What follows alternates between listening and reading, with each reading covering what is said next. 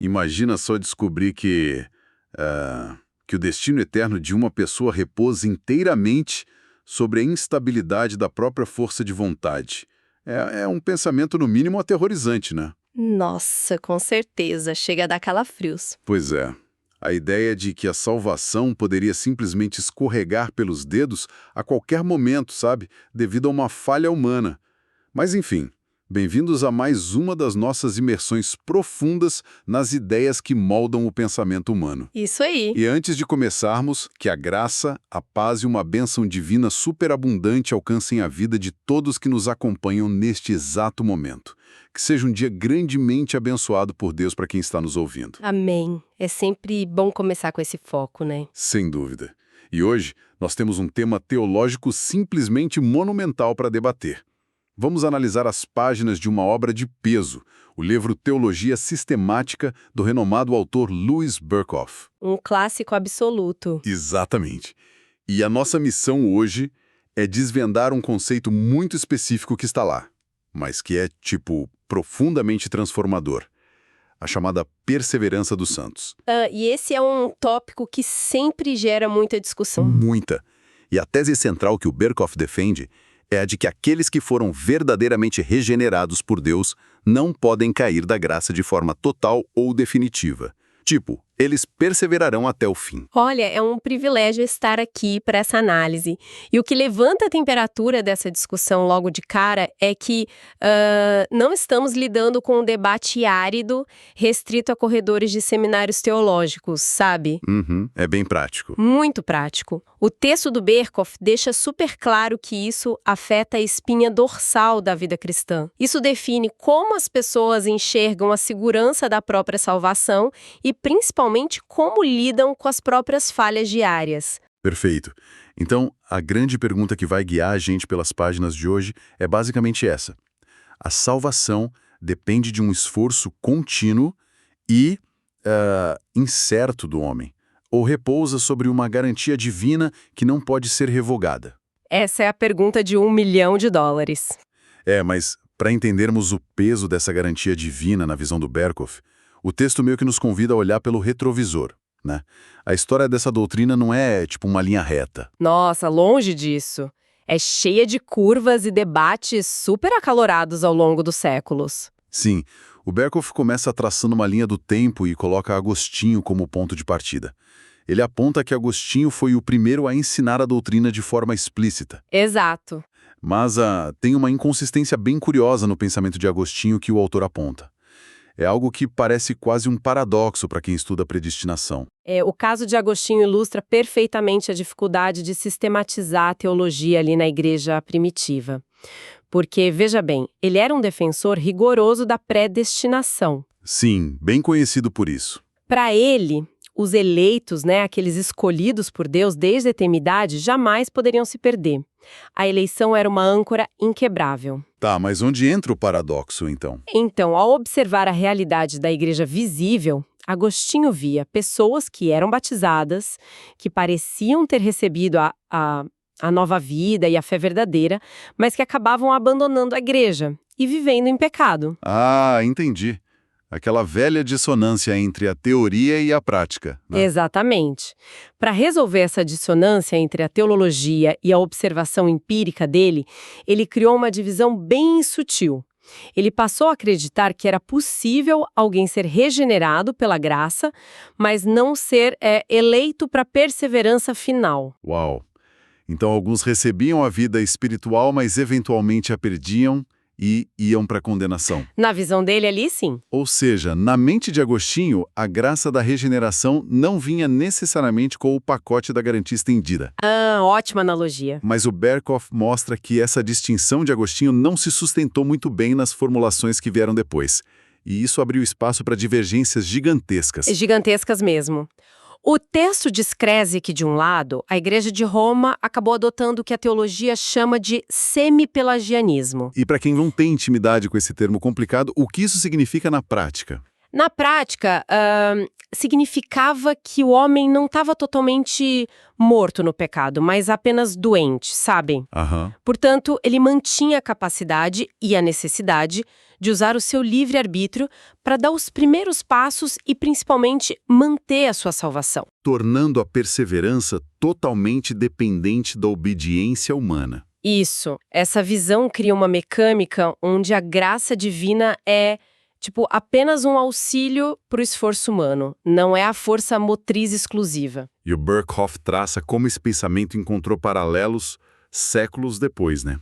Com os arminianos e os wesleyanos. Com certeza, eles adotaram uma postura similar quanto à segurança, argumentavam que Deus provê a graça, mas a salvação contínua depende da vontade humana, que, convenhamos, é bem falha e incerta. Muito falha. Então, a possibilidade de apostasia total e de perder a salvação era uma realidade sempre assombrando o crente. E os reformadores tentaram corrigir isso, mas o texto aponta que até a igreja luterana, de certa forma, manteve a salvação em um terreno meio incerto, condicionando tudo à atividade contínua da fé por parte do indivíduo. É uma oscilação histórica fascinante se a gente parar para pensar. Muito.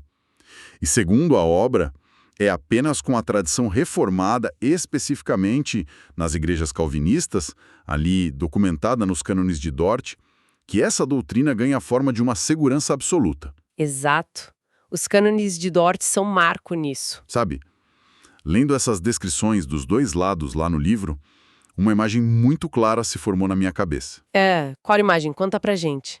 É como se, de um lado, a gente tivesse uma visão de salvação semelhante a um serviço de assinatura mensal. Tipo um streaming de vídeo? Isso. O crente assina o serviço com a fé inicial, mas ele precisa continuar pagando a mensalidade através do seu esforço e da obediência. E se a mensalidade atrasar? A assinatura é cancelada e ele perde o acesso. Exatamente.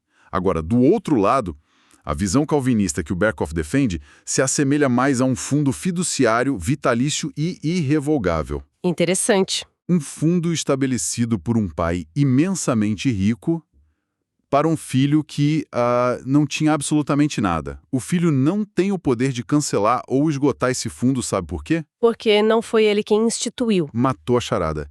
Simplesmente porque não foi ele quem criou aquilo. Olha, essa analogia do fundo fiduciário ilustra muito bem a assimetria da relação. Mas, conhecendo o Berkhoff, ele provavelmente adicionaria uma ressalva bem importante a essa imagem. Qual ressalva? Não se trata de um fundo que o beneficiário simplesmente recebe e, continua vivendo de forma irresponsável, ignorando a origem do dinheiro. Claro, não é um passe livre. De jeito nenhum. É um fundo que, pela sua própria natureza divina, altera ativamente os hábitos e o caráter de quem o recebe. A garantia está na fidelidade de quem fez a promessa, não no comportamento isolado de quem recebeu. Uhum. O texto cita especificamente o artigo 6 dos cânones de Dort para fundamentar isso. O documento afirma que Deus, por ser rico em misericórdia, não retira totalmente o seu espírito do seu povo. Nem mesmo nas piores quedas. Nem mesmo nas quedas mais graves.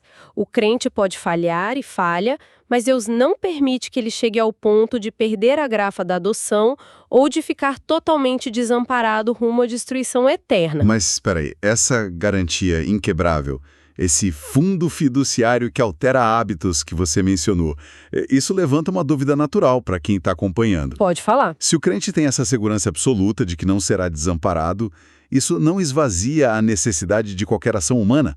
Digo, se estamos falando que a perseverança é certa, o que exatamente é essa perseverança? É uma ótima pergunta. Porque, assim, o próprio termo perseverança dos santos pode sugerir que são os santos que estão fazendo todo o trabalho pesado para se manterem salvos, né? E essa é a armadilha semântica que o Berkhoff tenta desarmar com muito cuidado no livro. Ele alerta que o termo frequentemente gera confusão mesmo. Gera muita confusão. Primeiro, a doutrina não ensina que os eleitos serão salvos independentemente de como vivam, como se a vida moral fosse irrelevante. E segundo, não é uma propriedade inerente que é infundida na pessoa, como se a regeneração transformasse o crente num super-herói autônomo e inabalável. Tá, e tampouco é apenas uma atividade contínua do próprio homem tentando se equilibrar na corda bamba da fé, Certo. Exatamente, não é equilibrismo espiritual. Isso me faz lembrar de uma citação bem específica que o autor traz no texto. Ele menciona a definição de um teólogo chamado Strong. Ah, sim, o Strong. Descreve a perseverança como a continuação voluntária da parte do cristão na fé e na prática do bem. Lendo isso cruamente, não parece que acabamos caindo de volta lá no arminianismo? Parece muito. Se é uma continuação voluntária do cristão, a agência volta para a força de vontade humana, não volta? E o Berkhoff identifica exatamente esse problema na definição do Strong. Ele aponta que formulações como essa criam uma falsa impressão de que a perseverança é, em última análise, um esforço antropológico, um esforço humano. Então, qual é a posição reformada oficial que o livro defende? A posição reformada foca em explicar a mecânica dessa preservação. O homem coopera, sim, a doutrina reconhece o esforço humano na santificação. Mas a agência primária e garantidora é totalmente divina. Ou seja, quem persevera, no fim das contas, é Deus. Estritamente falando, sim, quem persevera é Deus. A definição do Berkhoff é que a perseverança é a operação contínua do Espírito Santo no crente. É essa operação que sustenta a boa obra que foi iniciada lá no coração. A prova disso é que os teólogos reformados insistem que o crente, mesmo regenerado, fatalmente cairia de forma definitiva se fosse deixado entregue apenas à sua própria vontade. Se a essência da doutrina é que Deus está segurando o crente para que ele não caia de forma final, como o Berkhoff prova que Deus de fato assumiu esse compromisso? Porque o livro não fica só filosofando, né? Não, de forma alguma. Ele traz as garantias textuais, as provas bíblicas diretas que dão suporte a toda essa arquitetura teológica. E o argumento parte de textos bíblicos que os reformados consideram literais e categóricos. Um dos pilares é o capítulo 10 do Evangelho de João. Clássico. Sim, a passagem descreve que as ovelhas ouvem a voz do pastor, que ele lhes dá a vida eterna, que elas jamais perecerão e, crucialmente, que ninguém as arrebatará da minha mão. Ninguém. Ninguém. A mecânica descrita ali não é a da ovelha se agarrando no pastor com toda a força, mas é a mão do pastor envolvendo e segurando a ovelha. Essa imagem é muito forte. E tem Filipenses 1:6 também, né? Sim, outro texto central citado na obra. Aquele que começou a boa obra em vós, há de completá-la até o dia de Cristo Jesus. A promessa não é de assistência na obra, é tipo uma ajudinha. É de conclusão da obra. Exatamente. Por aquele que a iniciou. Bom, essas são as declarações diretas. Mas para mim, a parte mais rica da exposição do Berkhoff é quando ele constrói as chamadas provas por inferência. Ah, essa parte é sensacional. É muito boa. Ele demonstra como a negação da perseverança cria um efeito dominó que derruba várias outras doutrinas fundamentais, como a eleição e os méritos de Cristo tornam a perseverança uma necessidade lógica que é inevitável. A teologia sistemática exige coerência interna, né? O Berkhoff argumenta que você não pode isolar a perseverança das outras decisões divinas. É um pacote só. Como assim? A primeira inferência vem da doutrina da eleição.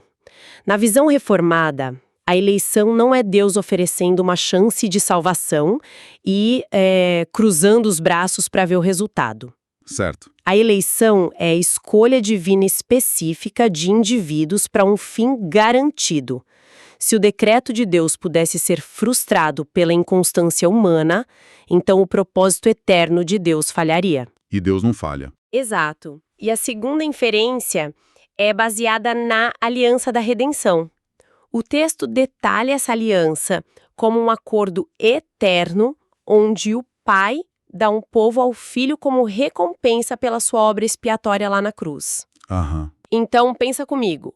Se um crente regenerado pudesse se perder eternamente, isso significaria que Deus estaria quebrando a sua promessa a Cristo, privando o Filho de parte da sua recompensa justa. O que é uma impossibilidade ontológica dentro dessa teologia. Impossível.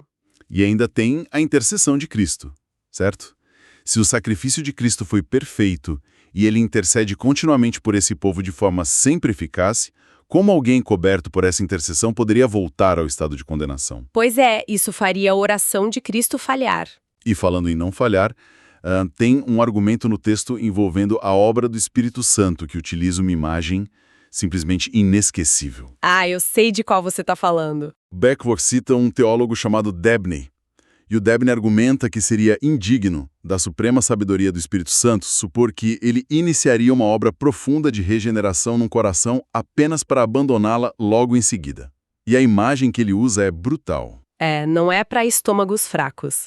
Ele diz que o novo nascimento não pode ser um mero ignis fatum. O famoso fogo fato, para quem não conhece o termo, é aquela luz pálida e passageira que surge sobre pântanos e cemitérios, devido a gases em decomposição, sabe? Brilha por um instante e desaparece na escuridão. Macabro. Um pouco.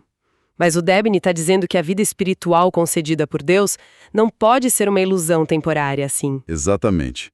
E a metáfora vai ainda mais longe. Ele afirma que essa vitalidade espiritual não pode ser uma mera vitalidade espasmódica e galvânica que dá aparência de vida a uma alma morta, só para que ela volte a ser um cadáver em seguida. É uma imagem forte demais. É quase digna de Frankenstein, né? Tipo aplicar eletricidade num corpo inerte, vê-lo ter espasmos e tremores, e depois declarar que isso foi um milagre da ressurreição, quando na verdade o corpo continua mortinho da Silva. É bem por aí. O argumento do Debney é que atribuir esse tipo de obra incompleta e falha ao Espírito Santo é quase um insulto ao caráter de Deus. Na lógica apresentada, é impensável que Deus opere o milagre cósmico do novo nascimento de forma transitória. Se é vida eterna, a própria definição exige que ela dure para sempre. Com certeza. Essa descrição ressalta o peso teológico da doutrina. O mecanismo da regeneração não é tipo uma injeção de adrenalina espiritual que eventualmente perde o efeito. Não é um energético. Não. É a implantação de uma nova natureza. Se a nova natureza pudesse ser revertida, o conceito de nova criação perderia o seu sentido bíblico fundamental. Faz todo sentido. Contudo, afirmar que a nova natureza garante a perseverança atrai críticas formidáveis. O Berkhoff não foge das objeções, né? Ele dedica boa parte do texto a elas. Ele enfrenta todas de frente. E a primeira grande objeção é de natureza filosófica. Toca direto na autonomia humana. Os críticos dizem: se a salvação é absolutamente garantida e é impossível para o crente verdadeiro apostatar e cair, isso não oblitera a liberdade humana? Esse é o clássico argumento do livre-arbítrio. Sim. Como alguém pode ser verdadeiramente livre se a opção de abandonar a fé definitivamente lhe foi retirada pela garantia divina? E a genialidade da resposta do Berkhoff está em redefinir a premissa dessa objeção. Ele aponta que a crítica se baseia numa definição secular de liberdade, conhecida como liberdade de indiferença. Que seria o quê? É a ideia de que ser livre significa estar em um estado de total neutralidade, com o poder igual de escolher o bem ou o mal a qualquer instante. Na visão reformada, essa neutralidade não existe e não define a verdadeira liberdade. Então, o que é liberdade de verdade para eles? A liberdade genuína, no sentido bíblico, é a autodeterminação rumo à santidade. O homem é mais livre quando a sua vontade não é escrava dos desejos caídos. Então, como Deus garante a perseverança sem transformar o homem num robô programado? Pois é. Como? O mecanismo não é a coerção externa, não é uma camisa de força, é a transformação interna dos desejos. O Espírito Santo muda as inclinações do coração. O crente persevera porque ele deseja perseverar. Ah, entendi. A garantia divina atua exatamente libertando a vontade para buscar a Deus de forma contínua, mesmo em meio a falhas. Então a liberdade não é o poder de pular do navio a qualquer momento, mas a capacidade restaurada de querer navegar com o vento favorável na direção certa. Perfeita analogia. Mas há uma segunda objeção que é extremamente prática e muito recorrente. É a acusação de que essa doutrina leva à indolência e à imoralidade. É o famoso salvo uma vez, salvo para sempre, então posso pecar à vontade? Isso mesmo. A lógica dos opositores é: se o meu fundo fiduciário espiritual não pode ser cancelado, não importa o que eu faça, então eu posso relaxar. Eu posso abraçar o pecado intencionalmente, afinal meu destino final já está assegurado. Como o texto desconstrói esse suposto passe livre para o pecado? O Berkhoff considera essa conclusão uma completa distorção da mecânica da graça. A objeção assume que a graça apenas perdoa, quando na verdade ela perdoa e transforma. As duas coisas andam juntas. Ou não juntas. A certeza do sucesso na santificação não é um convite à preguiça. Psicologicamente e espiritualmente falando, é o estímulo mais poderoso para o esforço. Como saber que você está num time que já ganhou o campeonato, então você joga com mais garra. Exato. O autor deixa claro que as escrituras ensinam que os crentes são guardados pela graça divina, mas em lugar nenhum ensinam que Deus os guarda sem que haja da parte deles vigilância, oração e diligência. Entendi. A mesma força divina que assegura o destino final fornece a energia moral para a luta diária contra o pecado. A perseverança não é perseverar em um status estático de salvo, sabe? É perseverar na prática contínua da fé. Bom, se a perseverança exige vigilância, oração e uma luta contínua, nós chegamos à terceira e mais complexa objeção abordada na obra: o problema das Escrituras. Esse é o ponto que dá um nó na cabeça de muita gente. E dá mesmo, porque se é dogmaticamente impossível que um crente verdadeiro perca a sua salvação, por que a Bíblia está tão repleta de advertências rigorosas e até meio assustadoras contra a apostasia e a queda? Tem textos que dizem para vigiar para não cair, ou que alertam sobre o perigo de se desviar da verdade. Por que um autor divino espalharia alertas de perigo sobre um abismo no qual suas ovelhas não podem cair? Isso não soa como uma contradição? Soa, e é por isso que esse ponto exige um maior refinamento teológico. O Berkhoff resolve essa aparente contradição, explicando a diferença entre o decreto de Deus, lá na eternidade, e os meios que Deus utiliza no tempo e no espaço. Explica melhor isso. As advertências não provam que a perda da salvação é uma possibilidade real para o eleito. Pelo contrário, essas exortações solenes são os próprios meios morais que Deus emprega para alcançar os seus fins morais. O crente ainda está em um processo de santificação, ainda lida com a fraqueza humana, e Deus interage com ele como um ser racional e moral, não como um objeto inanimado, entende? As advertências incitam o autoexame, mantêm a dependência de Deus e motivam a vigilância. Eu acho que é possível pensar nisso como, sabe aquelas placas de trânsito em uma estrada sinuosa na montanha? Sei bem. Se tem uma placa gigante dizendo perigo, curva fechada, reduz a velocidade, a placa não está lá para comprovar que você inevitavelmente vai cair no precipício. Ela foi instalada pelo engenheiro da estrada, exatamente como um instrumento necessário para garantir que você não caia. Nossa, perfeito. O alerta causa um temor saudável que faz o motorista pisar no freio e passar pela curva em segurança. A placa é o meio pelo qual a segurança é garantida. Essa comparação capta com muita precisão o argumento do autor. O temor gerado pelas advertências é um componente vital da preservação. E sobre aquelas pessoas que realmente abandonam a fé, o que o livro diz? Então, para tratar dos casos bíblicos de pessoas que efetivamente abandonaram a igreja e parecem ter apostatado, o Berkhoff recorre a textos como a primeira carta de João, capítulo 2, versículo 19. E o que diz lá? O texto explica o fenômeno da apostasia não como a perda de uma regeneração real, mas como a revelação de uma fé superficial, uma fé temporal. A passagem diz: saíram do nosso meio, entretanto, não eram dos nossos, porque, se tivessem sido dos nossos, teriam permanecido conosco. Entendi. O mecanismo da apostasia visível, na visão reformada, não é a perda da salvação, mas a demonstração de que a pessoa nunca possuiu a verdadeira vida espiritual. Fantástico. Isso nos traz ao desfecho lógico e prático de tudo que o Berkhoff constrói. Se a gente remover a perseverança dos santos desse edifício teológico cristão, o que desmorona junto? Como o autor sintetiza o perigo de negar essa segurança absoluta? A síntese do Berkhoff é um alerta bem severo contra o que ele chama de autossoteriologia. Autossoteriologia. É o conceito de um homem tentando salvar a si mesmo. Ele argumenta que se o Espírito Santo apenas inicia o processo, mas a manutenção final da salvação depende exclusivamente de o ser humano continuar exercendo o seu livre-arbítrio a favor de Deus. A salvação se torna dependente da vontade humana. Isso. Que, como a gente já falou, é super falha e imutável. Na prática, isso destrói qualquer possibilidade de uma garantia firme. Ninguém teria paz. Nenhuma paz. O crente viveria em um estado perpétuo de ansiedade, sem saber se amanhã sua força de vontade vai vacilar e o condenar ao inferno. Que peso, né? Um fardo insuportável.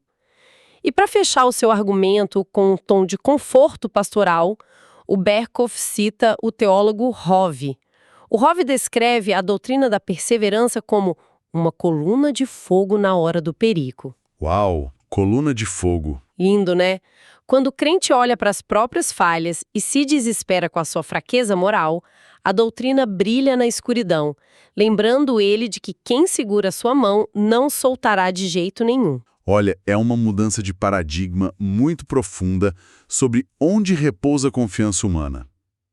Em vez de olhar para a instabilidade do próprio coração, o crente é direcionado a olhar para a estabilidade do compromisso divino. Exatamente. Muda tudo. Nós analisamos estruturas complexas do livro de Berkhof hoje e eu prometo que não vamos parar por aqui. Para quem está acompanhando essa jornada profunda conosco, informo que teremos um novo episódio desse mesmo livro. Com certeza. Ainda há debates fundamentais sobre a teologia sistemática que precisamos explorar. A obra oferece ferramentas valiosas para quem deseja entender as raízes históricas e lógicas dessas doutrinas centrais. E como de costume, eu não quero que essa análise termine no momento em que a transmissão acaba. No final da exposição do Berkhof, ele propõe um questionário de revisão. E tem uma pergunta lá que serve como um espelho bem confrontador. É uma ótima forma de fechar. Sim. E a pergunta para a gente levar para reflexão hoje é a seguinte. A partir de tudo que vimos, se a doutrina afirma que a salvação está garantida de forma irrevogável, ela implica que uma pessoa pode viver em pecado intencional, habitual e sem arrependimento e ainda assim ser considerada salva? Fica aí o questionamento. Ou os meios morais e o poder transformador da verdadeira regeneração excluem totalmente essa possibilidade lógica e espiritual? Fica essa provocação para quem nos ouve, examinar as próprias convicções e a própria vida. Uma reflexão necessária para todos nós. Foi uma imersão extraordinária. Muito obrigado por nos acompanhar em mais esse mergulho nas ideias. Deus abençoe todos os ouvintes. Deus abençoe todos os ouvintes.